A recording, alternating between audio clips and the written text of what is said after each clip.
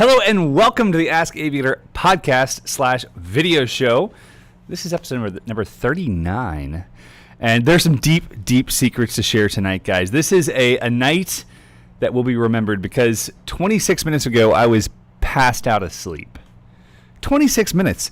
I have a 12-minute drive to get here. And the moment I walked in, someone handed me an Axeman IPA from Surly Brewing Company. This is the best part of our having students in the office or in the studio per se. This is, by the way, for those of you who don't know, this is what we call the war room. It's the warehouse room, the room where things get worked on, things get shipped, things happen in this room. It's not really a war room, but it feels like it some days. And this is a very special day because we have a whole collection of the students from this week's class.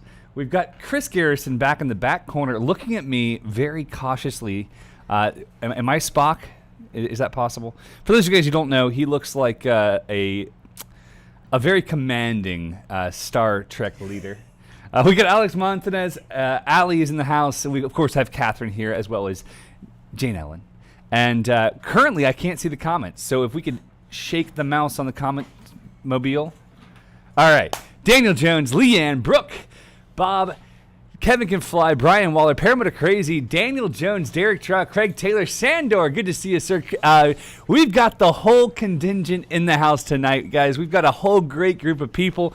I can't believe I slept so late. My alarm, I literally slept right past it. I was like, I have to rest, trying to keep myself not ill and away from the viruses. We don't have any corona in the house tonight, so certainly not the coronavirus, but it was worrisome. Jonathan Doe, James Dunn, Adrian 50X Challenge. That means Harley. He says, let everyone know where I'll be next week, but I have to tell a quick story first. Harley, or 50X Challenge, those of you guys who don't know who that is a gentleman who's flying around the country, 50 states on a paramotor. And he spent a couple of weeks here with us. He was on the show a few weeks ago. And then most recently, I saw that he was in, I believe, Ohio and Indiana, doing some flying, getting things done, absolutely crushing it. And the poor guy, I guess, decided it would be a really great idea to drive like 28 hours back to Florida. And so I'm on the phone with Jim. Jim, you're watching right now, Jim CR120. And I'm on the phone. Everything's great. And all of a sudden, I look and I see this F-150 pull up. And I'm like, that looks like Harley's. And Harley opens the door, walks inside the shop, stands at my office door, and he waves at me. And I'm like, I'm on the phone. I'm sorry. And it's freaking Harley. He's back. He's coming to Palm Bay Fly-In. Super excited to have him. We're going to have a great time at Palm Bay Fly-In. I think we're going to have probably the biggest fly-in in the country. So if you guys are going to be able to make it to Palm Bay, I greatly encourage it. It's going to be an insane event. There's going to be a lot of pilots, a lot of one-wheel riders, a lot of people who are excited about sharing their love for flight and for one-wheeling. And if you guys haven't done both, you probably should because it's pretty great. But before we get started, I want to give a huge shout-out to Kate. Because Kate put this whole thing together. Like I said before, I was asleep. I wasn't feeling great this morning, so I figured I'd go back home and get some rest. Kate got, with I'm sure Jane Ellen and everyone else's help, but she got the live stream set up. Jane Ellen says it was Kate. She got the live stream set up. She got the entire pre-show rocking. The first, 18 minutes were just her, and it was darn good. So, Kate, well done.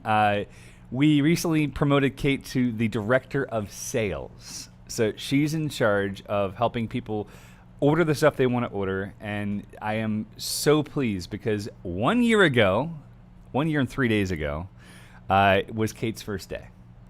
And what she's done here at Aviator, I've watched this child.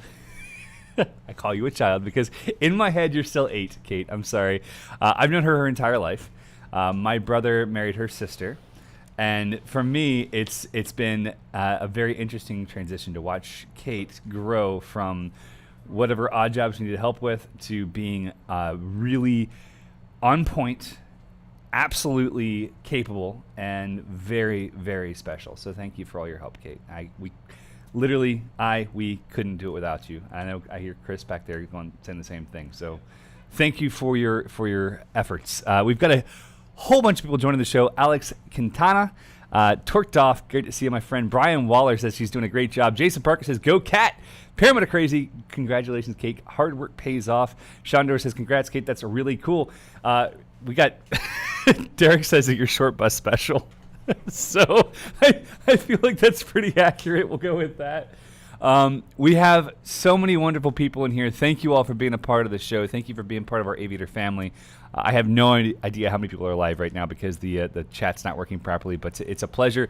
Leanne, are you available on March 14th for approximately 2 weeks? Please let me know. All that said, we have a wonderful show planned for tonight. It's going to be the standard Ask Aviator policy, which is basically not really saying who's coming or knowing who's coming until it happens. But we are super excited. We got 99 live right now. We got Craig Taylor in the house. Kevin can fly. Dave from Paramotor Crazy. I'm going to go ahead and drop the reel here. Dave texted me, Kate. He texted me moments ago, and he said, hey, would Kate like to be on the Our Paramotor Nation show to talk about what it's really like to work at Aviator? Because he's going to be down here for Palm Bay, and he's going to be borrowing one of our motors and wings, or lease motors. Lucien, good to see you, my friend. So there's lots of people coming to Palm Bay, and he was wondering if you might want to be on the show. And I want to go ahead and open the invitation to any Aviator employee, sorry, Dave, who wants to share the truth of working at Aviator, because the reality is it might be pretty haggard. What do you think, Kate? You in? Sure. She says sure. I open it up to everybody. Allie asked if I'm sure. So with that said, I'm going to bring on our first guest because she's going to fall asleep if I don't. I got a text on Sunday. Or Saturday? Saturday night.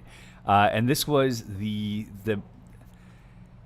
there are times where you, like, as many of you guys are watching lots of these podcasts, you may have randomly seen the notification come up and say, Paragliding Talk has this guest, and you're like, wow, that's very surprising. I would not have expected that guest to be on.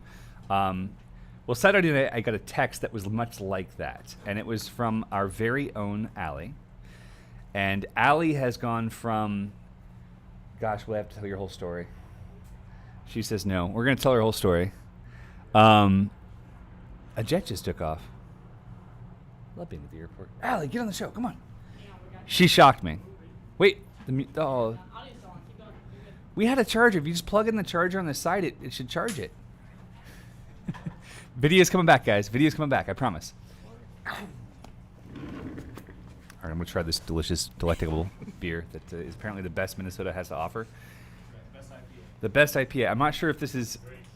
It smells good. I mean, it's got a lot of Chinook hops, like Cascades. You can smell it. You got some grapefruit in there. It's good. All right. All right. Hi, Allie. Hi. Are you nervous? I hate being in front of a camera. But your one wheel's been on camera all night. Yes. It doesn't move. So Allie is, let's kind of, it's a weird story. It really is. Yes. So you and my brother were really good friends. Yes. And then you and I stayed close. We saw you at the funeral. I hadn't seen you since, but I'd seen you through social media, and I was always like, oh, sweet. Like, Allie, she's cool. I met you over smoked wings at Jay Whitmire's house on Crooked Lake. I remember that well. I surprisingly remember it well also. There were no Minnesota IPAs. This is really good, by the way. Sorry, you can't have any. No, I can't. So you posted on Instagram looking for half-day work.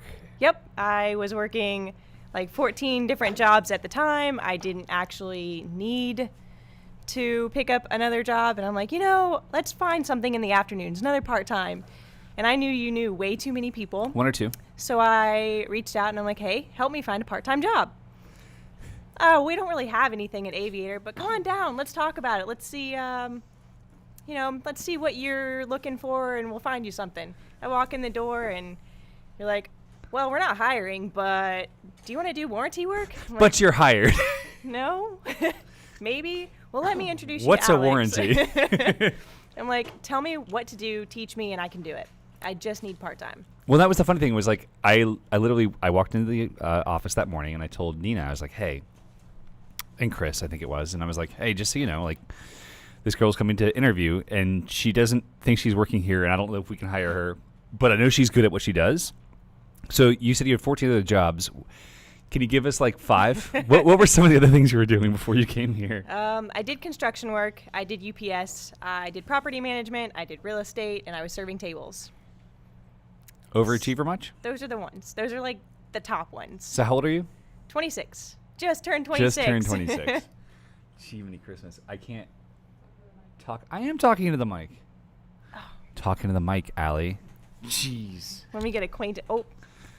Knock it off. Just knock it off. All right. So we will open the envelope soon.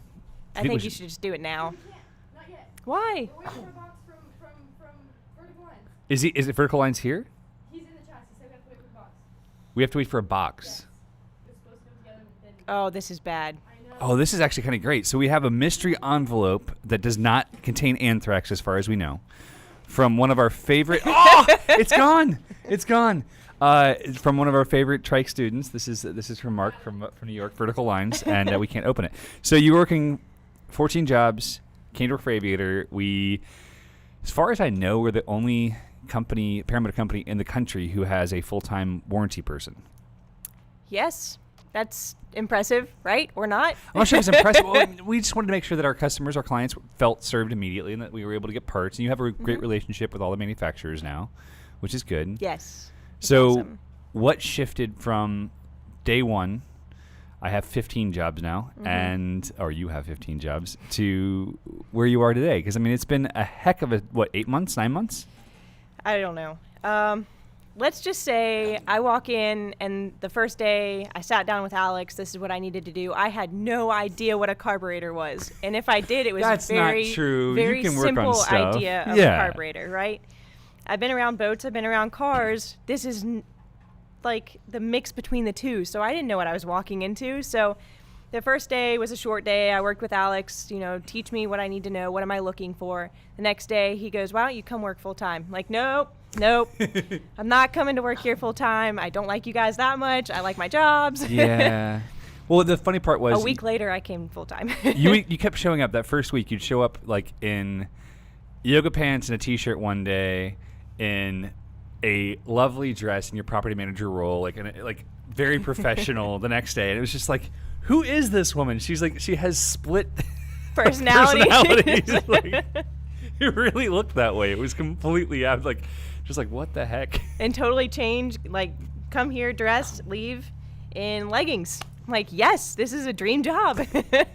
Well, we should tell that to Dan Maffett, who told me last night. He said that his world now consists of PowerPoints.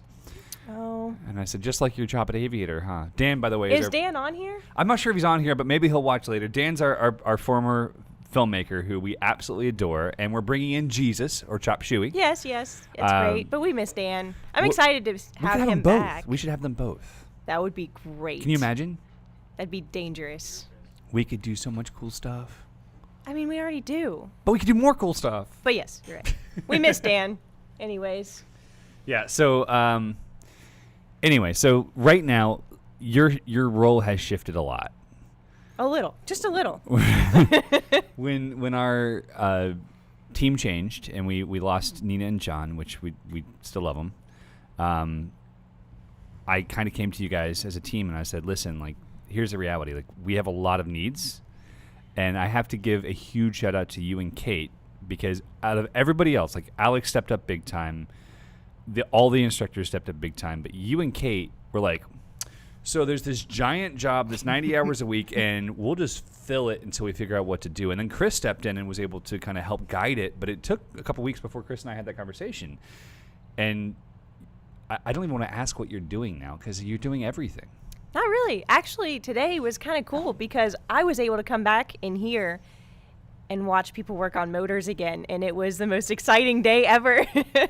I forgot how much I missed that. But, and actually, just so you guys know, this shout out to Fletch. He's totally working on his motor. Is he also finding direction and figuring out where things are? Well, you can't ask for too much. All right.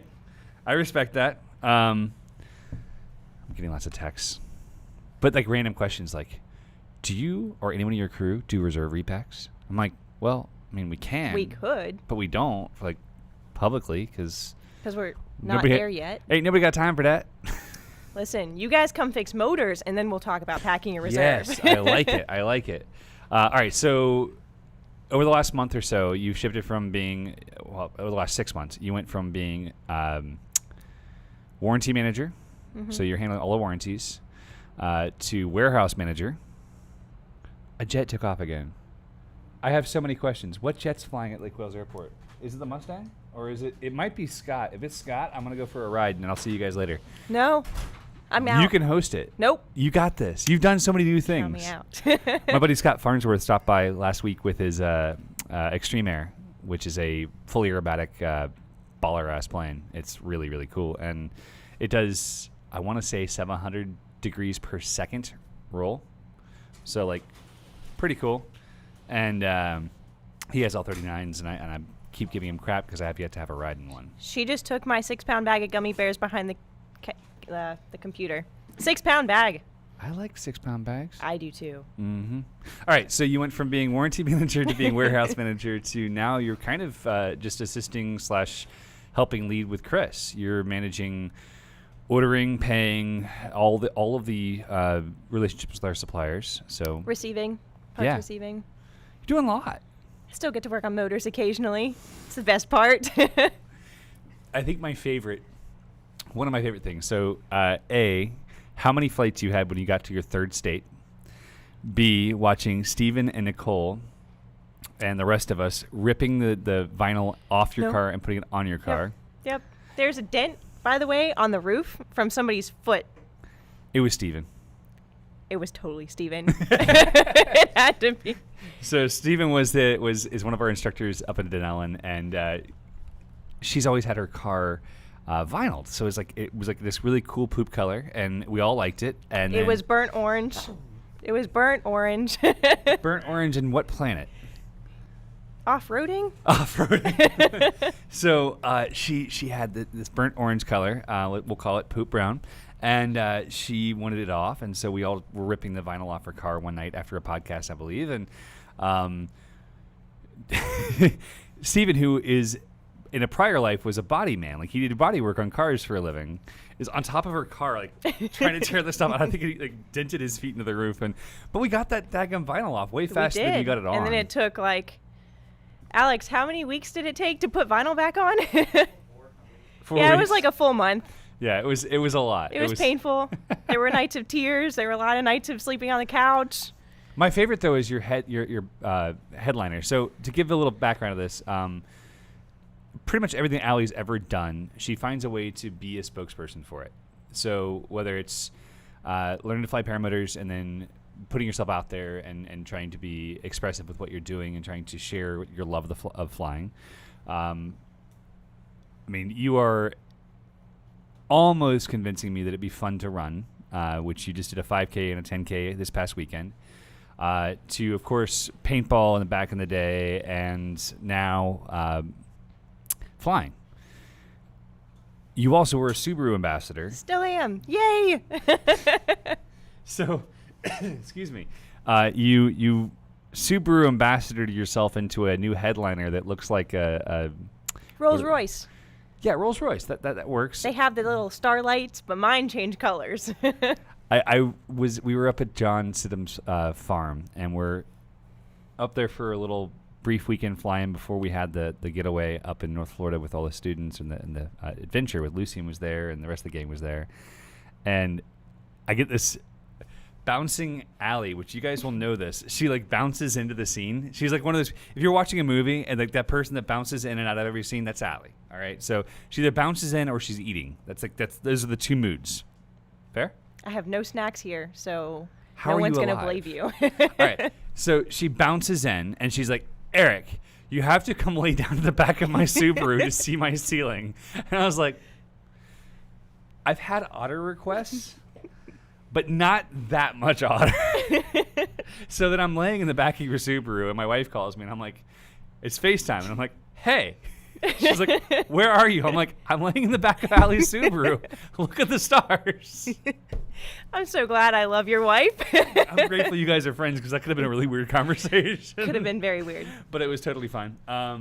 Yeah, so we have a ton of folks that have been joining the chat. We've got PPG Gorilla. Great to have you guys.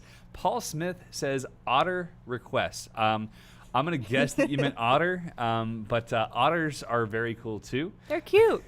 Kevin Can Fly has a WRX. I almost bought no. an STI. I was this close to buying an STI when I bought my Toyota 86 because it had better financing. It was 0% interest. I was like, well, I could buy a used STI or I could buy a brand new 86. WRX is really nice. They're really fun. I just like the ability of being able to stretch out to sleep in the back of my car. Oh, yeah. You have, if you're going to sleep in a car. So I drive a Crosstrek, guys. It's a Subaru Crosstrek. It's my baby. It's currently, what's the best way to describe it? Blurple. That works. It's Blurple. Yeah. So it's the exact same color as my buddy Bill Stein's airplane, except that his airplane costs $3,600 per quart to paint, or maybe it's gallon. I don't know. Alex would probably know better. Gallon. But it's like this ridiculous color changing purple, pink, blue, and you got vinyl. It's that super famous 90s color. Oh, it's pretty awesome. It's so pretty. It's so pretty. So, we have Alexis says, how often are you sleeping in your car? Eric needs to pay you more. I think I pay you pretty well. So, Alexis, to give you a kind of, I'm this like super pain in the butt, don't like people helping me. And this past weekend, I did this 10K in Tampa. And instead of paying for an Airbnb or paying for friends, or that friends, or the RVs or whatever, I'm like, I'm totally gonna make it happen. And I just I made it work, and I'm really proud of myself. And I did not freeze to death. It was like in the 30s. That was a real concern, for real. I was like, I could die. So one of the cool things that Allie's doing now is she's documenting her life of flight through her YouTube channel. So definitely check that out. What's the link? Blue Sky Chasers. Blue Sky Chasers. So check that out. She does have purple lights in her motor. She has a purple fender on her new one wheel, which looks so clean. I feel like I should borrow it and destroy it some. I did that enough for myself. We have, let's see, what else can we share? You're helping run Aviator with Chris. You are flying a ton, actually. You just hit your 100th flight the other day. 101. So you did 8 in one day to hit 100. 10. 10, okay. Yep. I made it a point that I needed to finish 100 before February ended. So that's 5 months, 100 flights. That's not bad. I'm so excited. So kind of jumping on to Dave's idea of sharing what it's like to work at Aviator, you've obviously quit all your other jobs because we have you convinced and you've drunk the Kool-Aid now. Oh, it's the worst job ever. We're currently not hiring any. There's no positions we're actively hiring for. But kind of, if you would, just kind of share your experience, because obviously you become part of the Aviator family. You're part of my family already. What's it like, and why did you quit everything else? It was not the money. The money's good. It was not the money because I could still work 4 other jobs, but now I don't want to. You're a realtor. You could make way more money on your own. I could. So I walked in, and I liked the fact that there was always something to learn. I liked that I walked into work and didn't know what I was looking at. I had no intentions of flying these things. They're terrifying. That's one of looking, our perks. Right? Like, you learn to fly for free if you work here. It's kind of one of the perks. So yeah, I had no intentions of flying. I started working on the motors, and I was like, ooh, if I can work on these, maybe I can fly it. So I started breaking them down, rebuilding them, putting them together, just building the kits, and I'm like, kind of cool. Okay. I get out there and start kiting, and I'm like, oh yeah, this is great. My towing, though, didn't sell it for me.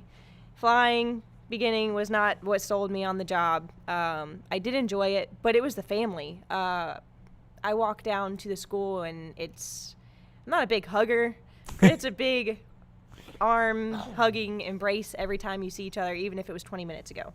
Yeah. Now it's exciting because half of these names on here that are watching, I'm like, oh, that's part of the family, because I keep up with them outside of here, you know? So it also was exciting. You're traveling, you're seeing new people, you're meeting new people. And for an introvert, extroverted introvert. It's like, Hi, that's me. yeah, it's like, yes, I'm so excited to meet people, but yeah, I don't really want to go meet people. This was a perfect segue into that, and now I like that I'm always finding something new to learn. And Well, like Chris and I you are did always learning. What, three states in your first 8 flights, right? Like 10, 8, 9, 8 or 9. You flew in Virginia, Georgia, and Florida. Because I talked to you, and I think it was how many flights do you have in I Georgia? was in Georgia. It was like 6. It was really funny. So I was so scared. So Allie is exceptional. She's like my wife and Kate, where they're very natural. No. Very natural. Very Faceplant galore. very natural pilots, even if they don't have the confidence to acknowledge that. And we're in Georgia, which, mind you, in Georgia we're surrounded. We have power lines, ponds, and lots of trees. And you launched beautifully right between the trees. And then had me come over water for landing, and I was terrified. I'm like, my motor's off. I had your motor's motor off, and you landed, 12 feet from the water. You landed your wing Yes. perfectly next to the pond. It was perfect. You were laid out to was go great. again. It's Nope. like I'd done that before or something. That's what I hear. Too much fun. My next flight was in Virginia, and Ross had told me, this is not a beginner spot. You might not be able to launch there. Well, that was mainly because it was like rolly hills. They had laid my wing out, and Ross was like, okay, you're going. I'm like, what? So Ross puts me on comms, and he launches me towards a highway, towards power lines, and I'm like, am I going to make it? I come in for landing. Alex is the one that's coaching me in for landing, and I was just like, I'm coming over all of these things that I shouldn't be able to land over, and I landed on my feet, too, so that was exciting. It only took 20 after that to stick a landing. The Aviator training's really strong, guys. I really encourage, if you're going to train anywhere in the U.S., this is the place to train, because I was just hard-headed. within 50 flights, you'll be able to land on your feet once or twice. Everyone else Thanks, gets it. Allie. Ross says, super sketchy spot. She rocked it. See, Right on. I can totally do it. That's Aviator training. That's and that's the challenge of training as an employee is like you know, it's very rare that you get a spot that you're in the class the whole time because we have work to do. So it's part of life. All right. It was good. So I have had 5 tacos. Oh, Tacomas. I thought he was talking about actual tacos. I got so I was hungry. like, I'm hungry. It's Taco Tuesday. I'm all about that life. All right, so we got lots of great people in the chat. We have people. I would love for you guys to start cataloging your questions. For those of you who are like Leanne, text me your questions. We'll get in there on that. Jason Parker. We've got so many great people in here tonight. Landing on your feet is overrated. See, I did great the first 30 flights. I mean, did you ever damage equipment? No, No, you didn't. I didn't. Because you're I flying took it to good the equipment. face. Well, you're flying good equipment, too. You're flying equipment that doesn't just break. No, it was great. I think you recently switched to fly products primarily. You own a Yes. Parajet, but you switched to fly products. I did. That's a weird statement. So you I own a love Parajet. it. Yes. Like my wife won't fly a Parajet. She flew the Maverick one time and she's like, I love my Eclipse. Yep. And she gets really upset When it's being used. anytime that someone changes the straps. And yesterday I was like, okay, sweet, we're not using the motor for lean back, so it's gonna have the strap set. They used it to demo last week, so the hang points were off. So she had to have those reset right before takeoff, and it totally Okay. threw off the night. And I was like, I'm so sorry, baby. I need to buy her a motor that's just hers, but I have too many motors. Yeah. So why are you switching to fly products? Oh my goodness. There's not enough good that I can say about it. I like turn into a cheese ball when I start talking about it because I get so giddy. Like this week, I texted AJ. I'm like, so there's a fly products I can fly all week, right? You're not flying the guys on it. And he's like, no, I think it's available. I'm like, yes! It's not flyable this week. It was flyable this it's- morning. I watched the towing. You didn't fly? I didn't fly. Aw. Yep. But either way, so the fly products is super exciting because the weight shift, I flew in 40-something degrees the other day. I did not want to have to pull the brake toggles to turn. We have heated gloves and vests hear and that, socks, yeah. and We live in Florida. So anyway, I own them because I don't like the cold. the 3 days of cold. This year was super cold. Anyways, fly products. So the weight shift is awesome. I enjoy that it's light. The add-on the 130 prop and it has more power. And there's room for it in that frame. Yeah. It was just I was there's no surprised because going like I back. love the map. Like I for me, the Parajet Maverick fits my frame, fits my flying style far better than any other motor I've flown currently. So like when you were like, I'm going to try the Rider out, I was like, okay, why? I love it. And I was really surprised. Like Nell loves the Eclipse the same way. And I assumed that when she went from the Eclipse to the Mav, she'd be happier with the Mav, and she's so much happier with the Eclipse. Yep. I wonder, and like this is one of the things that we've talked about, like having women pilots. The more women pilots we have, which is wonderful because we're finally getting it used to be less than 2% of our students were female, and we're actually starting to get more females involved, which is awesome. Speaking of, I think my mom's going to train. Yep. We have room March 14th. And I think she might be watching too. So. Mom, we have room March 14th. Oh no, the women's class. Oh, October. The women's class is going to be. I still haven't chosen a nonprofit yet. I've researched so many hours trying to figure out like how much they pay toward marketing, how much they pay their CEO, all those things for nonprofits that support kids who've been through childhood abuse. It's a lot of work. Trying to give away money is really hard when you try to do it logically. So, yeah. Well, anyway, I'm excited for you. I think it's really neat that you have developed this passion. It's odd. It's expensive. It's a cheap expensive. Compared to boats and fishing, girl. True. All right. I'm going to bring in somebody else. I have to run really quick to the washroom. So Kate or Chris, you guys get to fight over it. Kate or Chris? Can I? Or Alex or Jane Ellen? Do you want a break? I need a break for just a minute. So you guys can keep talking, or we can actually have a terrible break. Let's talk about paintball. Come back on and let's talk about paintball. Yes, I love it. Beautiful. We can talk about paintball all day. How are you? Great.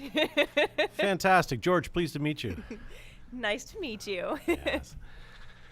Oh, boy. So I'm just sharing this amongst all of my friends, 2 of them, so that they know that we're live here. Awesome. Pretty cool. So you guys do this live show every Tuesday. We do. Well, that's exciting. And why aren't you on every week? I do not like being in front of the camera. This is very new. I have been telling them I don't want to do it for the last 6 months. But you're not in front of the camera. You're in front of me right now. Yes, it's great. There So you run your own paintball podcast. I do. We go live every Monday night. My name is Todd. I'm from Behind the Bunker. If you guys want to heckle me or go online and check my stuff out, it's behindthebunker.com. You can find me there. But we do a weekly paintball podcast as well. But I've been doing paintball for so long that I still enjoy it. But I've started researching this nonsense about 3 years ago. And that's why I'm here. So trying this form of aviation and see if it's sort of up my alley. So far, I'm only 3 days in, but yeah, it's great. You still have time to decide. I still have time to decide, and my mother's still very worried. Okay. She's still very worried. I tell her it's very safe. It's fine. But yeah, there's the link in the live chat, guys, if you want to check it out. Not right now, because this is very important what's happening here. But on your own time, go check that out. So they keep asking what bunker, or I'm sorry, which... They keep asking what markers we both use. Oh, paintball markers. Yes. So what do you use? Good call, ladies and gentlemen. I didn't know how many paintball fans we had out there. Well, let's start with you. What do you have? So I started off with a shocker, believe it or not. It was bright orange. It was etched. Nice. It was one of the old school ones. Blew the solenoid out in it and switched over to an axe. Yeah. Loved the axe. As you should. Oh my goodness, you can't break that thing. It's a brick. So, but I hear they're outdated now. No, they're not outdated. They are one of the best markers on the market for that price range. Okay, Yes. guys, if you want a high-end paintball marker, you want a Lux brand marker or Planet Eclipse marker, which are fantastic. But the Axe is like the everyday man's paintball gun. It has everything that you need to get playing paintball. It has all the electronics that you need. It has the eyes in it. It's a fantastic paintball gun. But people kind of look down their nose because it's at mid-range. So if you say you have an Axe, people kind of go, oh, ha, ha, ha. It works. You know, I've got a Parajet Maverick. Do you know what I mean? And people are like, oh, okay. You know what I mean? So for paintball, an Axe is fantastic. And I have an Axe that I've had since the first run. I had one of the very first generation ones. And I pull it out of my gear bag every time I play, and it airs up, and it shoots every single time. That's so awesome. You don't need anything better than that. That's fantastic. My brother and I both played competitively, and I watched him break a lot of Luxes. Yes. It was one of those, it's like, whoa, how did you? I just used it. I'm like, Yeah. okay. Yeah. So No, I stuck with Luxes the are X. great. I do have a Lux. I have a Lux Ice as well as a Planet Eclipse CS2. So Okay. those are just numbers and names, but they are Nope. real things, believe me, Yep. at home. But these guns do everything except for shoot the player for you. So if you ever want to check them out, yeah, check them out. So a couple of them that they've listed are Planet Eclipse Etha, the Yeah. E-Tech, and that's a loud one. Yeah, That's a you guys loud are doing one. well. And Bushmaster. Kevin in the live chat says he had a Bushmaster. Boy, oh boy. I hope it worked for you while you had it. Some markers are paperweights. Yes. That's Some how markers the are shocker is. fantastic. I mean, I love the guys that, they see them at the Walmarts or Dick's Sporting Goods when they sold them, and they would go into those stores and they would buy paintball guns off the shelves, goggles, all that sort of stuff. And it's great because it gets people into the sport.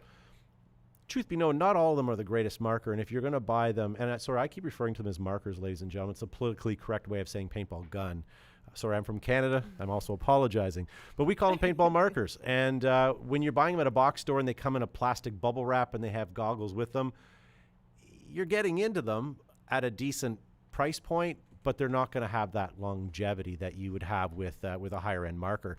So those big box stores have done a really nice job of bringing people into our sport. It has, and it's crazy. You know what's neat about paintball is that there's so many different avenues to go. Yeah. So you've got the competitive side where you play the NXL, you play World Cup. You've got the Look at you, you know woodsball your speak. side. Well, I played. You can quite a walk the bit walk. for a while. So Ernie in the live chat wants to know why are they called markers. In fact, Ernie, you can put your hand down now. I see your question. So back in the day, paintball started because there was a couple cattle ranchers that took tree markers, which were guns back in the day that had paint pellets in that ranchers would shoot at the cattle to mark them, or tree foresters would mark certain trees with certain colors or with certain balls to know which one needs to come down. Or so I've been told. I wasn't there. But that's how it started. So we call them paintball markers because we're marking you with paint. How's that for politically correctness? I mean, it works. Yeah, absolutely. How many of you guys in the live chat play paintball? I know it's not paramotoring, but this is something you guys can do between the hours of an hour after sunset and an hour before sunrise. Heck, you could even fly to it. I've kind of thought it'd be neat to take a paramotor and fly over my paintball field, but I'd be afraid of an upshot coming up from the field. That happens a lot. Yeah. I'd be careful. Yeah. We have big games where there's hundreds of players and guys are flying drones out there, and I'm just always afraid that some idiot is going to, not intentionally, just turn his marker and shoot at the sky and take out one of his... I have so many questions for you. Yeah, dude. Well, how You know about what? I Tell you step what. out? This is welcome to Behind the Bunker, ladies and gentlemen, a weekly paintball show. We are live here every Monday night here at Aviator Paintball or Aviator Paramotor. Do you want to sit in, Eric? I kind of prefer Aviator Paintball. Aviator Paintball. I mean, I'm good with Now, that. are too. you I feel there's more OCD? Do you profitable. need this chair or do? No, I'm good. Okay. I've never sat in this chair. It's a whole new world. It's a little uncomfortable. If It's truth be a known, little this one seems to uncomfortable be a for little me. better. I'm not sure why. If maybe that was the case. Kate saving the day. Watch. Ready? Wait, hang on. All right.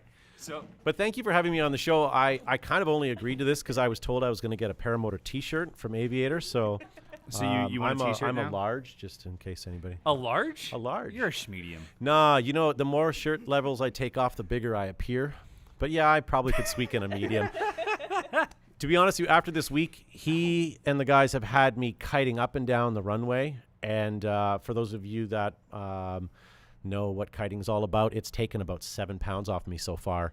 The Your average food weight is loss put 8 to 12 pounds. Yeah, but your food is putting it back on me. I'm not used to all this sonic and Oh no. oh yes, it's Okay, everywhere. Hang on.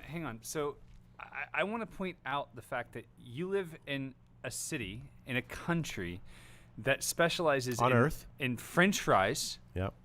covered with cheese curds, Yes, sir. covered with brown gravy, which is one of my favorite meals, especially with roasted garlic. But you're saying that our food is worse. Yes, yes, I am.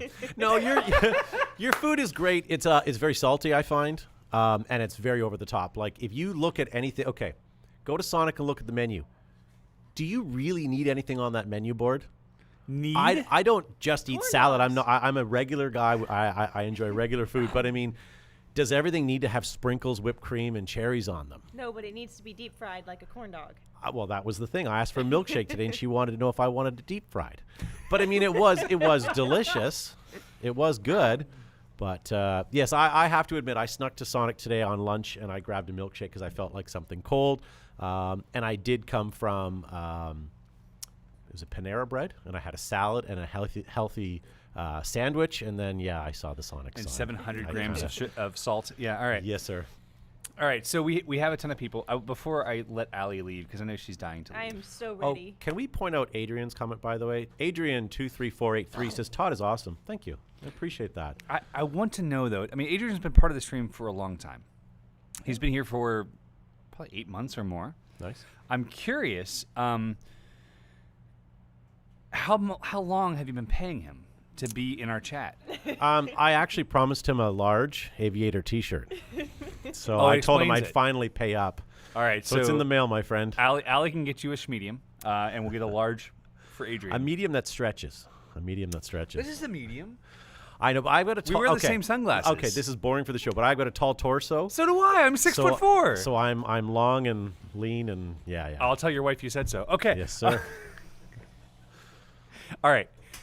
We derailed the show. Is this my exit point? So your exit point's this. If people want to find you, Yes. where can they find you? On YouTube, Blue Sky Chasers. Blue Or Sky Chasers. Even like Instagram, but I post Yeah. a lot of food pictures on Instagram, like corn dogs. If you want to be American hungry, find Allie at Blue Sky Chasers on YouTube.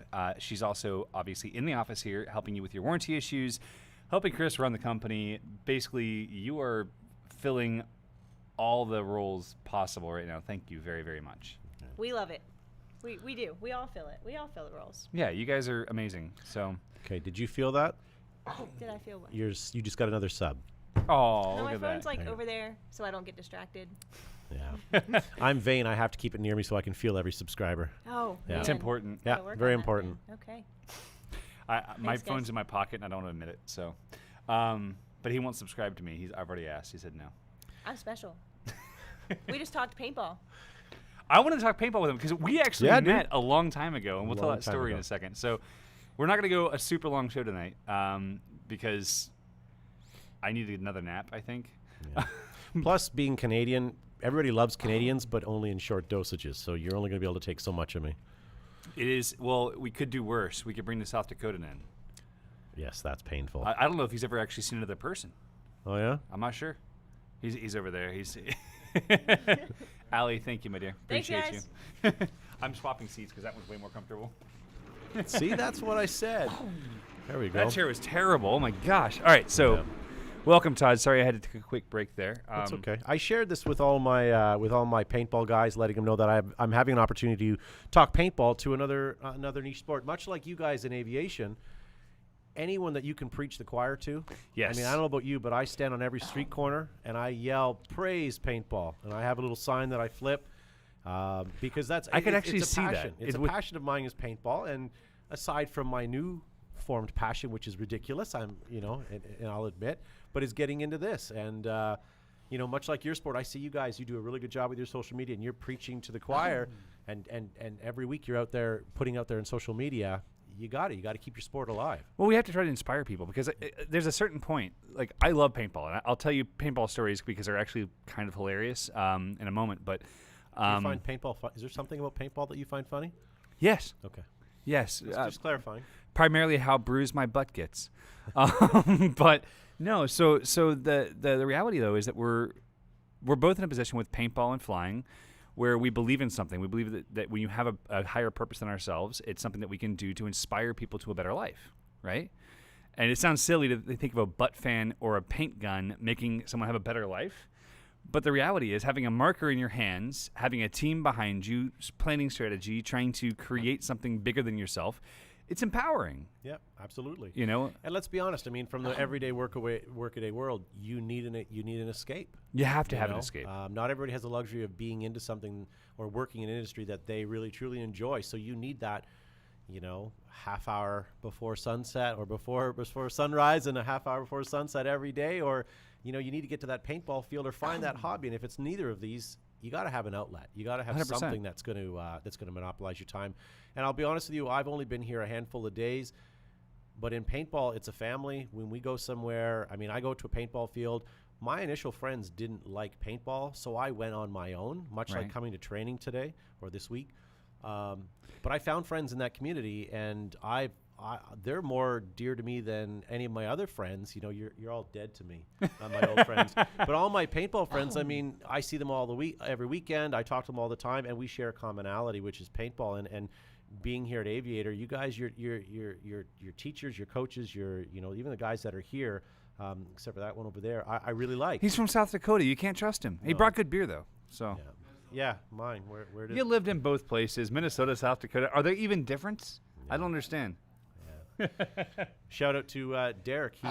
He's my Canadian paramotor friend. He actually, when I really got interested, I drove out to London and saw Derek at paragliding.ca.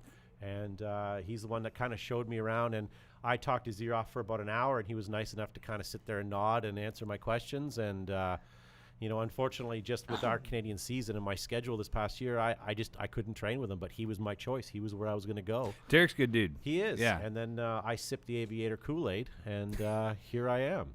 The rest is history. All right, so let's go through a few stories. I'm going to ask you a few questions. I'm going to share a couple of my stories. Yeah, we have a great crew in the chat right now. I heard that we can't see Todd on video. Is that true? Okay. My mother said so, and I trust my mother very, very much because I'm very afraid not to. You know what I'll do, Eric? As much as I like your face, I'll actually start looking at the camera. How's that? And we can look at the camera. It's fine. I'm accustomed to guests who aren't comfortable or accustomed to being on camera. I so hate this. This is I'm like this, just like I'm channeled in, and I'm like glancing at the chat. Hey, for those of you that watch at home, and you probably watch all the time, and Eric's a great guy, but he's really creepy. Every time I look over, he's like staring me. He's got dead eyes. So. You got to watch out for me, guys. You got to watch out because I got that look. Yeah. All right, so I'm going to start off with a story, and then we'll kind of bounce back and forth because I want to hear how you came to have skunk hair. That's a quick one, but we can get no. That's like stage 3. We have to get through stage 1 and 2 before we get there. First, I want dinner. I will buy you dinner. I already bought you lunch twice. All right, so. I want to hear about how you got into paramotoring and paintballing, but I want to tell a story of Uncle Rudolph. Does this make any sense to you? Not yet, but I'll catch you. Okay, I'm a slow learner. Do you remember, let's say back in the day, it's about 15, 18 years ago, when the Brass Eagle Talon was first released on the market? Mm-hmm. Do you remember the Talon, the glorious... one of the best paperweights ever known to man. So this is a paintball marker, which is a marker is another clever word for a gun, for those who are Canadian and can't actually say the word gun because they were afraid of them. Sorry.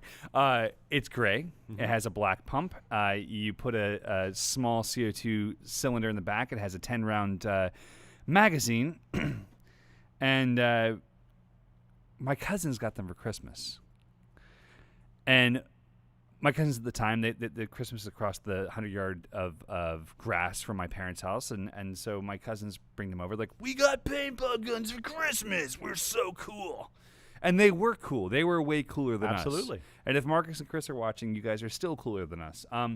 However, my father snags my cousin Christopher's and turns to my cousin Marcus and says, run. Now, of course, this is before we knew the dangers of not wearing safety goggles and that sort of thing. So my cousin Marcus takes off at a dead sprint because my father looked at him with this intent look of, you're going to die. Like, whether you like it or not, you are going to die. Eh? Hey, sorry, that's for Derek. Now you're talking my language. That's for Derek. So my dad starts unloading on my cousin. And as you well know, the plastic barrel of the Brass Eagle Talon is second to few as far as being the least accurate thing in the history of mankind. Or durable. It's much like flying a plastic paramotor. Actually, a plastic paramotor is much more. There is one. It's called a Renegade. It's actually very strong. If you were to fly a glass paramotor, it would probably be a better representation. So my dad is dunk, dunk, dunk, dunk, pumping these things out, right? He's pumping every possible paintball at my cousin who's in a dead sprint away from him. And my cousin Marcus, who is a pilot now for Air Wisconsin, does the logical thing at 16 years old, whips around, or maybe 13 years old, and shoots once. It hits my father between his nose and his eye. No. Like he hits him right at the soft part of the nose. One shot. Like he's in a dead sprint, and he's an athlete. Like he's a hell of an athlete. So he hits my father in the nose, and it swells so badly.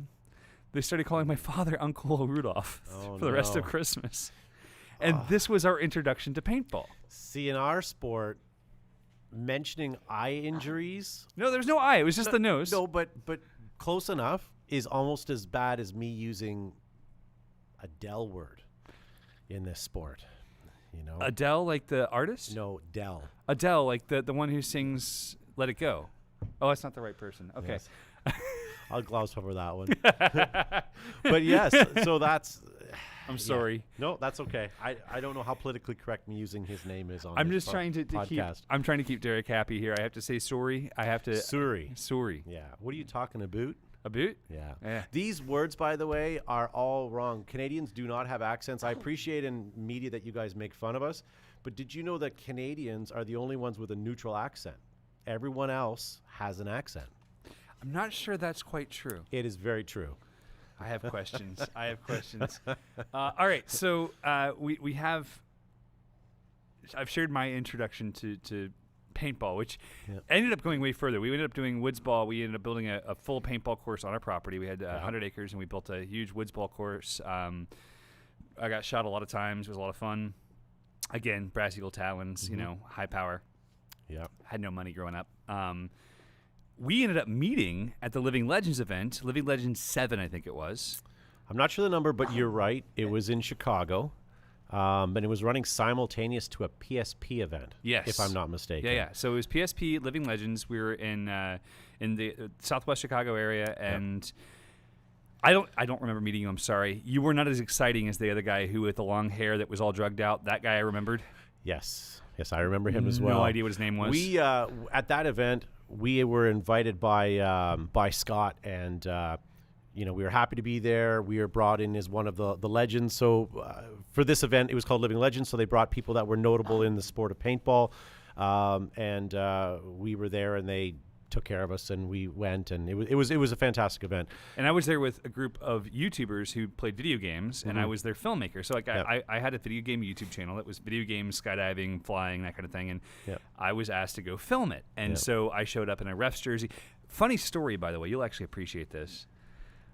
I traveled to that event with a Russian SKS stock from a firearm, with a tripod inside the middle. Oh boy. A camera, all the accoutrements, and I literally have a gun stock with a metal barrel in the middle, and I didn't get stopped by the TSA. But I traveled with cologne one time, and I almost went to jail. So, I mean... Okay, but in all honesty... Do you feel safer in America now? Am I able to say this? Oh, yeah. Okay, we've talked about it. That cologne that you're wearing, it's got to go. I haven't worn cologne Dracar in like 14 Noir years. Is from the 90s. It's got to stop. Maybe something a little Aqua di Gio. I had Aqua di Gio. I was an Aqua di Gio guy, and I had a Ferrari Black. These were gifts from friends. And my Ferrari Black and my Aqua di Gio were both confiscated, and I have not worn cologne since. That was in San Diego, California, about 12 years ago. Yeah. Well, so when I met you, we were brought in, but unfortunately we weren't YouTube stars, so our VIP pass was only this long opposed to this long. It's a Canadian length. Yeah. So 30% less. So we walked in, and we were kind of trying to circumnavigate where we're going to stage, and I think the weather was off. It was either too hot or too cold or whatever it was. So we were looking for a better place to stage, and we pull open the door, and I remember hearing Kitty. I can hear her voice. Kitty's and I hadn't met her at the time, but I thought, hey, that's a great, sharp British accent. And I looked around, and I saw Kyle, who, as you know, is FPS Russian. I heard him talking, and I was confused. I go, that's not a Russian accent. Him, but he's not Russian. Did you know that Kitty can do 27 balls a second? I'm not going to confirm or deny She's that. very talented with her fingers. Yeah, I don't know anything about that. I'm just trying to create drama here, guys. Yeah. Kitty's a wonderful gay woman who was very proud of her 27 balls per second, and I was like, that's hard to do. So back I could do when 14. guns were not ramping and they had electronic triggers, Guys would try to feather their fingers to get the guns going, but this was also pre a lot of video games. So nowadays kids have the agility in their fingers to do just about anything. But to find a kid who could lift a gun and actually feather it, it was almost like having a Tourette's or something, some sort of weird ability that something's wrong with them. Exactly. So these guys, we would call them instant back players because they would go to the back and they would just put lanes of paint across the field. So literally, they were pre-bringing up people or pre-shooting up people before they moved up the field. Well, that was the beauty of like with what you did, because you specialize in speedball. And speedball is, so if you ever played paintball, you went to a course that was either an obstacle course or an outdoor park, and most likely you had an experience where you're like running along corrugated metal. But speedball is inflatables that are all the same size and shape generally. So you have a very, it's chess. It's chess so with it's an like extremely high heart rate. So think of a hockey-style rink that size with a random amount of bunkers on each side, but it's like a mirror in the middle. So there's no benefit either way. So you're not saying, well, he's got a castle and we've got a tire stack. You've got the same bunkers on either side. And in fact, when you play a point, you then switch sides every time there's a point exchange. So it's very fair. And it's I like the only way chess. to. I really do. It's chess with a high heart rate. Yeah, absolutely. And the thing is, people get all cocky and they say, I can do that. But when you're out there on the field and there's paint coming back at you and someone's actually actively shooting at you, it's different. It's like, okay, trying to master your launch, but Eric's in the bush with a sniper gun, right? So let's talk. I know what tomorrow morning's going to look like. I'm excited. I'm going to wear my goggles tomorrow. Is there anybody that you would recommend me contact to receive a nice marker that I can shoot at you with that would appreciate that opportunity? Well, I would go to your local pawn shop and find anything made of plastic. I was thinking Empire. Something that would is there snap somebody in better than your- Empire now? I don't even know. Empire's now part of the GI group, so GI Sports. They have Tippmann now under their umbrella. They have GI. They have Empire. They have all the great JT. JT has been around since JT goggles is a staple in our industry. But they started doing motocross racing, and they adopted it for paintball, and they're still around, believe it or not. All right, so I have two questions to jump into because we can go on for hours about paintball. And Now people we're get moving really out of a T-shirt realm into more of a hoodie. bored. just saying. I mean, given your location, you'll probably need one. We'll get you a hoodie. So what brought you to flying paramotors? Why the heck are you here? And also, I have to point out to the crowd, you're wearing them on your head right now. You're the only one of two people. So my buddy Scott Palmer. Palmer is a incredible base jumper, skydiver, bush pilot. But we've been friends for a really long time. His brother is an ozone team pilot, one of the best pilots in the world. Scott wears Enduros. That's where I found them. You wear Oakley Enduros. So we're like brothers already. Well, much like, the proper cologne, real men wear real sunglasses. We're an Oakley dealer where I am from Canada, and I got to be honest with you, I love these because the fit. Yep. This is my third pair of sunglasses, probably my second set of lenses, and just these themselves. Just because when you find something that works, it works, right? All right, so how'd you find paramotoring, and why? So here's a real long, drawn-out situation. I was actually thinking about this last night because somebody asked me. So my rationale is Casey Neistat. Good old Casey. Okay. I want Casey to come learn to fly with us. If you know him, let him know we want him to come here. Yeah, we're tight. I could see it. Yeah. He lives in practically Canada. Yeah, well, sort of. So I started watching Casey Neistat years ago, and for those of you that may or may not know who he is, has nothing to do with the sport, so don't Google him.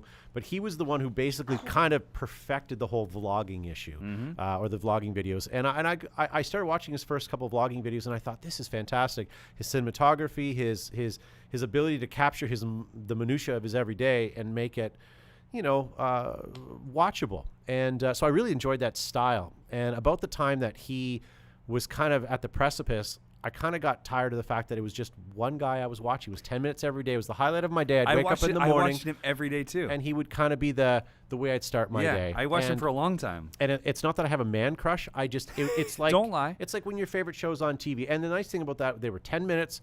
You could digest it quickly, and you got something out of it, and you moved on. And it was a kind of a trilogy of his life. It was really interesting at that point in time, like 4 or 5 years ago, to be able to experience someone else's life that was so different than my own. Yeah. Like you and I both live in smaller towns. Like being able to experience someone else's world it was special. It really was. Yeah. So watching him, I kind of started looking around to see if there was more. I really liked his style. There was a couple guys out there vlogging at the same time, and it was pretty good. And I'm a huge YouTube guy. I spend probably more time on YouTube than I do Netflix, Hulu, Amazon, anything. So YouTube for me is a big one. And I saw this fellow named Tucker, and I don't remember which video it was. I just remember seeing it as a thumbnail, and I watched it, and I had no idea what it was. And I just liked his cinematography. I liked his style, and it was the closest that I found to Casey so far that day. Tucker has skills, man. Yeah, and I watched him put cappuccino in a machine and pull a button, and just his cinematography. Like, I could care less. I don't drink coffee, but for me, I found it interesting. And he started talking about his motor, and I was intrigued, so I watched it. And then it said watch next, so I watched it. Must have been a slow day. I don't know. But I started watching. I found it intriguing, and then I started researching a little bit more and just watching it. And I've always been an aviation buff. So even if I drive by my local airport and a plane's in the air, I got to watch it. And, Yeah, you have to. helicopters are fascinating to me. Well, that's because you realize how a helicopter works, right? It goes... No. So a helicopter is a group of it's a group of 300,000 small parts. Yeah. When combined, are so ugly the Earth repels them. Yeah. All right. But you got to admit, they are fascinating, and anything to do with aviation is fascinating. And when I turned 30, which was a couple weeks ago, my friends got together and they bought me a learn to fly ticket at my local airport A few weeks ago. And a few weeks ago. And that's a great experience. And I don't know, I couldn't afford it. It was completely unattainable. And I did like the fact that I could do it. I could take the ground school and I could go up, but something about going in a Cessna over and over again and not feeling the wind, not seeing anything. And at that time too, I was really fixating on hand gliding, like the big V's that are flying through the air. I thought that was fascinating. I knew I'd never try it, but I always thought it was cool. Well, you should do it. You actually should, because there's a great place an hour north of here. Well, I'd like to. And the other thing I really, really like to do is what do you call the wingsuits? The wingsuits are something I'm going to do. When the doctor says to me, sit down, we have to talk. That's a great plan. And he gives me a 3-month thing. The wingsuit's the first thing I'm going to sign up for. I really like it, but I know that it's going to kill me. So I've lost a lot of friends to wingsuits, including some very, very close friends. The key with a wingsuit, most people don't realize, is that to be able to jump a wingsuit out of an airplane before you base jump it, which you should be very competent. You're looking at a $20,000 to $28,000 investment, as well as 200 minimum skydives. So you're looking at 3 to 4 months of full-time focus and $25,000, and then you can go out and try to kill yourself before you start base jumping. But I still want to do it. I just won't, because I promised my wife. I get it. If I'm going to go anyways, right? Like if it's stage 4, if it's stage 4 cancer, let's go. I mean, that is a really cool. I love to watch. I love the GoPro footage from all those guys. Can you imagine that feeling? I'd never to be able to do it, but it's super cool. I can't imagine. Like you're flying through these gaps and you got all this control, and you're like, oh my.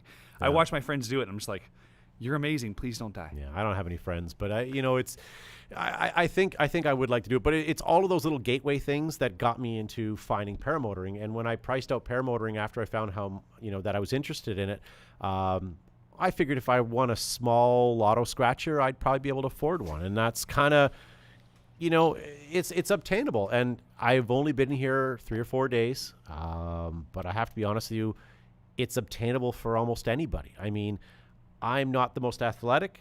I'm not an idiot, but I'm doing it, right? And I think anybody in your audience that's even thinking about doing it, guys, you could be sitting on the couch right now. You could be a little overweight.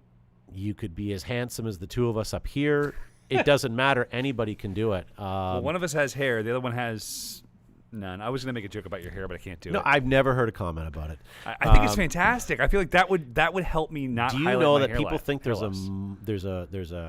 a shtick behind it? There's a reason behind it, but there's in no all reason. No. So that makes it better. So this is genetic. So unfortunately, it comes from my mother's side. Now my mother doesn't get it. It kind of skips generations. I don't know if you've heard this before, But so my grandmother had hair like this, and that's just how it is. And I'd prefer you guys not to laugh about it, to be honest with you. Everyone behind the camera is dying right now. The roots that grow in, it's a seasonal thing. It's season. So I have actually a very dear friend. Her name is Erin Henshaw. Erin. Oh, I know Erin. I'm sure you did. She's from Florida. You've been to Florida. You must know Yes, her. I've been to Florida. Yeah. So Erin, I met her when I was 13 years old. I was absolutely smitten with this young woman because Well, as you should. You should she see looked her. like Storm. Yep. Ginger hair, bright white streak. I was like, dude, that's so cool. You're 13. You have gray hair. Like, how incredibly balanced must you be as a human? So I just assume this is bigger. Yeah. Hers was brain cancer, so I'm not sure if it's worth joking about. But she's well, great. there's She's another healthy. I reason love why her. I'm here at Paramotor to learn paramotor, because remember that comment I made about wingsuits? No, I'm just kidding. I'm sorry. I shouldn't. I don't know your audience. I don't know your audience, so I shouldn't say that. On an up note, Jim, nice to see you. He says that I should sign up for the Pepe Le Pew cast. Yeah, he did, and then, Yes. as well as Dave said that you have a terrific sense of humor, so that's good. Yes, it's not humor, it's sarcasm, and it's genetic. And when you're in Canada, we teach sarcasm in our schools. It's not a course, it's not part of the curriculum, but it's part of how we live. Yes, sir. Love coming to the United States. You guys are awesome, generally awesome, Except but for this you guy. don't get sarcasm. A lot of you, and What's that? I see a lot of blank stares. So if you want to hang out with me and you're a good straight man, we can have a lot of fun together. So I had a problem. About If you take a little, put salve and rub it, just like below the belt. Yeah. Yes, sir. Okay. All right. Should clear up in 2 to 3 days. So I heard 3 weeks, but okay. So I was told after my last podcast with Tom from Parajet, I was told by a multitude of people. They said, Eric, you got too mean. And I said, I was just being sarcastic, but apparently I'm just not quite Canadian enough. Para Addict has a great comment in the live chat, and I want to address this. You told me about this earlier. Okay, he asked, "Where's Canada?" So It's America's hat. I'm going to steal this riff from my brother-in-law. He says this all the time, and I do believe it. So when you guys watch your weather forecast and the weatherman stands in front of the weather map and he shows you, down in New York we've got this, and down over in Florida here's the weather, and up here in Alaska it's cold. But there's this big grayed out location. We're an entire country. We're one of your biggest trade partners. You realize that, right? You realize you're bigger than us. We are. And people I said this in the pre-show, someone asked me hey, I know a guy in Burnaby, BC. Do you know him? His name is Tim. Jason. Yeah. Jason. Of course I do. Yeah, and you actually did, which is the hilarious part. He lives 1,800 miles from you, and you knew who he was. So, come on, guys, ladies and gentlemen. All I ask and implore you, please, is just go online and do some research about Canada. You know what? Forget everything. Go online and type in Letterkenny. Oh, Letterkenny. And watch yourself. Girl. Letterkenny, that'll sort yourself right out, and you guys will be fine. It'll Or sort Trailer it. Park Boys to a lesser degree. No, Letterkenny's where it's at. Or Red Green. I haven't watched Red Green. Yeah, Red Green is pretty good. It's pretty old, but you guys downloaded it more than we did. I believe that. Yeah. So Letterkenny is one of my favorite things on the web right now, because if you watch Letterkenny, you kind of die inside a bit and also love yourself a little more. So Letterkenny was filmed. It's based upon a town 15 minutes from where I work. Fabulous. It's called Listowel, Ontario. Modine's, the bar that's in there, is actually a tangible bar that Really? was in Listowel. And they film it out of North Bay, I believe. Don't get me wrong. I apologize, all my Letterkenny friends, but it's somewhere up north. But it's bang on. We have hockey guys. We have. Oh, yeah. Yeah, it's. Pretty Oh, amazing. yeah. That's Fargo. We are That not is Fargo. North Dakota, That is ladies Fargo. and gentlemen. Jeez, that was a movie that traumatized my youth. Oh, it's about Nebraska. It'll be great. Your grandparents are from there. Nope. Yeah. All right, so there's actually a really great question that came in from Craig Taylor, I believe it was. He says, Derek Trout says, "What the hell? Homeschooling taught you nothing. Red green is amazing. Red versus green. Are we talking about the Halo thing? Because that I know. No, Red Green is a great guy. He coined the phrase, if the ladies can't find you handsome, they should at least find you handy. And everything that he uses to prepare. Red Green, the Yes. comedian. No, Red Green, the show. Okay, I don't Yeah. know. I Anyways, clearly everything don't know what he I'm uses talking is duct tape to fix things. I And love it. He makes silly things, and it's silly. I know what I'm doing tonight. All right, Yeah, so there's a great question from Craig Taylor saying, Okay, so you're Canadian. Am I? He's sorry. He asks, what do you have to do when you get home to be able to fly at home? With the paramotor? Now, it's actually an interesting question. So we had a student 2 classes ago in Denellen who lives in the Caribbean. I'm not going to say where. And he cannot legally fly where he lives. So he bought a motor and a wing to keep at our school. So he can visit his motor and he has visitation rights. Oh, very good. But for you, like you're going to get all your flights. You got towed this morning. How was it, by the way? How'd you like that? Well, I just nodded and politely did that. I got elected. Did you say you were sorry? I was elected to video. So by the time it was my turn, the wind was so ferocious that I was, we'll wait for tomorrow. But I did get a chance to go up in the tandem. I'm sorry. But again, sorry. But when I went up in the tandem, the wind was already picked up, and poor Mr. Brown was trying not to sound panicked. But there was a point where we were going sideways, up and down simultaneously, and I know that's you can't think that that's true, but it was happening. And although I did well flying, and he dubbed me the Oscillation King. I'm not sure if that's a compliment or not. No, he said my oscillation control was fantastic. We only stayed up there for a little while, but it was pretty scary. Not scary, I should say, because I was blast. It was nauseating. Yeah, well, when it gets bumpy, especially if you're not in complete control. Yeah. Like So if I fly in terrible air, I'm fine as long as I'm the one flying. The moment I'm not, I'm like, I'm out. I can drive a car in any situation, and because I'm the driver, I don't get nauseous. But if I look down while someone else is driving, I'm not feeling the sensation of them turning when I'm doing it, so it bothers me. I think it'll be fine. I think when I'm in control and I can feel all of the response from the things that I'm doing, I think it'll be far better. Yeah, and I mean, I was also enamored just having him behind me. It was surreal. You know about the size of those things. Yeah. He's exceptionally gifted. And your instructors, I have to be honest with you, they're all pretty good. Fletch is pretty cool. I mean, I've had him more than anybody else, unfortunately. But I mean, he's been really good. And I mean, you can tell when their level of tolerance starts off at a regular pace, and it slowly starts getting, but they've been very good. I mean, we all make mistakes out there. Oh yeah. I mean, maybe me less than others, but I mean, we all make mistakes out there, but it's, they're really good. They're really patient. Oh, Canada. But I do like, for those of you that have done this, every time that we've done a segment where we've come in from kiting or doing something, they all vanish into a room that I swear is soundproof, because you can hear this kind of the murmuring. And then there's, and then you'll swear you've heard someone's name, and then it's again. So I don't know. And then they come out and they don't make eye contact with you. Well, they're afraid.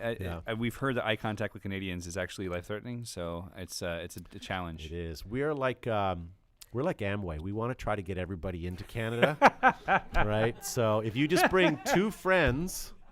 Right? That's all I want. If you can bring 2 friends and get their citizenship, we will grow this nation slowly. So I actually lived in Canada. My wife and I did home exchange. We lived in Kelowna, BC, for a while, which brings me back to the question. We probably hung out.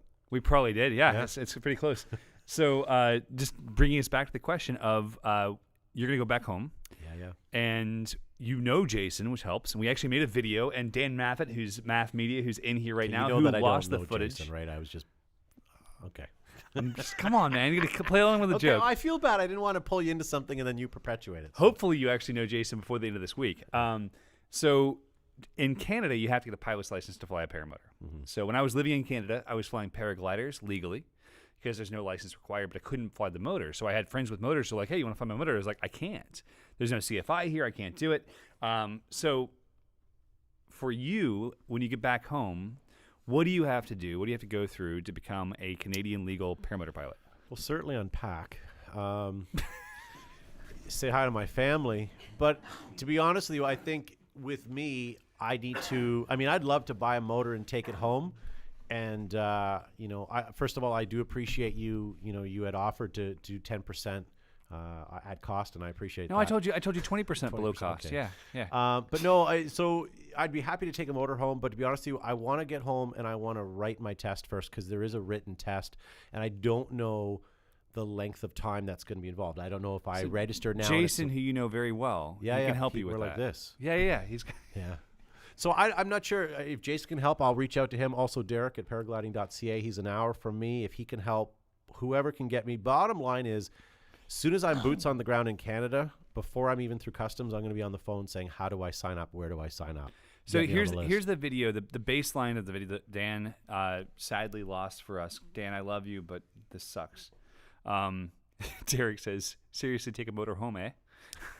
All right, enough. You know what? Enough. Your jokes are 30% worse at me, so let's just take it down a notch, all right? So Jason's a CFI in BC. Okay. So he has been a certified flight instructor. He has a Cessna 172 bush plane that's really cool. Has nowhere near enough elevator to make it safe, but it's still cool. Jason came through class two classes ago. And we made a video in this very room, and sadly we lost the footage. The footage failed on us. So very, very sad. We recovered it, and it came back with no audio. But what he basically said was, hey, if you live in Canada and you want to learn to fly paramotors, go to Aviator, learn to fly from Aviator, then come back to Canada, contact me. I'll help you through your written. I'll help you through your practical flights, because all the flights you do here don't count. You have to do them in Canadian airspace, which is bizarre to me. It doesn't it doesn't work that way. If you're from Egypt and you want to learn to fly an airplane, you can come to the U.S. and your time counts, right? It doesn't count because Canada is very, very sorry about the fact that it doesn't count. But hurts. It just hurts. It hurts. So we're gonna put people in touch with Jason. Can you see the tear, by the way? Like, I can see it. I can feel it actually in my soul. So you're gonna reach out to Jason. Jason will help you get everything registered, everything you have to do, registration for your aircraft, et cetera, et cetera. So you can actually leave with a motor and be able to fly as soon as you get home with Jason's supervision. So that's good. Nice. It's only 2,300 miles away from you, probably. Yeah. So maybe I'll set an appointment to drive out. I would recommend just walking. It's a small country. No, that's fantastic. And as I say, whatever I can do to basically get going on this, it's upsetting that I have this hurdle, but I got to do what I got to do, right? And the thing is, like Derek, for example, he's the guy I would have went to, but I was told that if I came to Aviator, I would get a Tucker Gott T-shirt too. So it's all about the T-shirts. We got a hoodie, a T-shirt, and a Tucker Gott T-shirt, well, and they're all coming in schmedium. Yeah. So So I had an opportunity to come down here because you had an opening, and that's great. For the average guy, finding 2 weeks away it'd be impossible. Is for impossible. Me. Yeah. I didn't have any friends or anything at home, so for me it was a little easier. But Derek, in his course in Canada, I'd have to drive out and see him every day, morning and evening, and he's not at it full time. He still has a job, and it just didn't work. Well, the big thing I want to remind people, because we got this recently, I talked about this on the show a couple weeks ago. We had a guy pissed. Like, you've had guys pissed, right? Not Canadians. No Canadians, yeah. This guy's pissed. You demand we stay there for 2 weeks. You told us 8 to 10 days. And I was like, we're not kidnapping you. You can leave when you'd like. We offer up to 14 days so that we can have good weather. Because like the next 3 days are blown out. We're shut down from Thursday to Saturday, right? Like or Sunday. It's gonna be trash. So we do those weather days, but like you don't have to stay for 14. So if you want to come March 14th, we have class available. Someone says that Todd is ruining you, Eric. By the way, Tucker Gott in the chat says, sorry about the T-shirt. I'll get it out, dude. Okay, thanks. Cool. Yeah, no, I'm a bad influence. I really am. How'd you like the tandem aside from the washing machine ride? It was great. Everyone says it's kind of scary going up. I wouldn't say it's a scary sensation. I think it's more curiosity. Right. For me, it was step by step. So as soon as we got in the trike and we started moving, it's like, oh, okay, that's what it feels like. Right. And as soon as he handed me the brake toggles, it's like, oh, okay, I get it now, right? And then you kind of look around, you go, oh, I'm up in the air. Okay, this is what flying is feeling like, right? Like, it was surreal, not scary, but very informative. And I guess that's why you guys do it. But it was good. It was a good learning experience. And now you kind of get that sensation of the lift off. You get the sensation of kind of coming down and what a flare is actually doing to you. So, I mean, we can sit in that classroom and we can listen to the guys all day long. We can watch videos, and that's great. But actually getting out there and feeling it, I'm a visual learner, but I also, when I do something once and I figure it out, that's it. I'm done. Nice. I figured it out. And some things come a little faster than others, but when I've got it, I've nailed it. So that's a helpful tool. And I think tomorrow morning they're gonna tow me up. I think what they're doing is they're just trying to get a thicker line. And move farther back. So if they can clear the runways and make sure there's nothing out there to land on, I think I'm going up tomorrow morning. So I'm looking forward to SARS, right? yeah. Yeah. Oh my God! All right, Todd, thank you for coming on. Yeah, dude, thank you for having me. This is totally I had no idea you were gonna even be in the room. I'm thrilled you're here. Yeah. Well, you know what? As you should be. But thank you guys for having me. One thing I will say, guys, is I'm invading every sport, telling people about paintball. So if you like paintball and you want to hear more, on Monday nights, I do the show opener for Aviator. I do it on Monday nights. Check out Behind the Bunker. You can find us on all social media platforms. Even I just started my ICQ page back up in my MySpace. So if you guys want to follow us on there. Do you remember that sound? Dude, it's my text message. Is it really? Yeah. I need that. I go through the airport the other day. Was it the airport? Anywhere, wherever I was, and someone sent me a text notification, and someone said, "Is that ICQ?" Oh, I love that I'm sound. like, "Yeah, absolutely." He goes, "They still have that?" I said, "Yeah, don't you?" Right? So when we got on ICQ, there were still 6-digit numbers. Yeah, that's when I had 6 and 8-digit number. Yeah, none of us can find that out. You know, we can't remember our old passwords. I have no idea what mine was. And was. I'd love to. And the app still exists. If you really want it, you can go back on there. Really? And start ICQing. Yeah. ICQ. Yeah. So ICQ was my first time as a homeschool kid. It was my first foray into other humans, and then AOL came along, and it was like you can search for the type of humans you want to talk to. So before that, you missed a step. ASL? Do you remember Roger Wilco? So Roger Wilco before my time. Was just after ICQ, and if you held down the space bar, it turned your computer into two-way radio. So you could send out a voice, and then you'd have to wait about 20 seconds, and then someone could send you one back. But for the time, it was Nextel. Fantastic. Yeah, Nextel. Or Marco Polo now. I use Marco Polo a lot. It's actually been great for our family. My sister was 2 blocks. Her home is 2 blocks from where the tornado went through Nashville last night. And so she's sending us all these destruction videos. I'm like, oh my God. But she's able to do it through video to a huge group through Marco Polo. But so Roger Wilco was like that.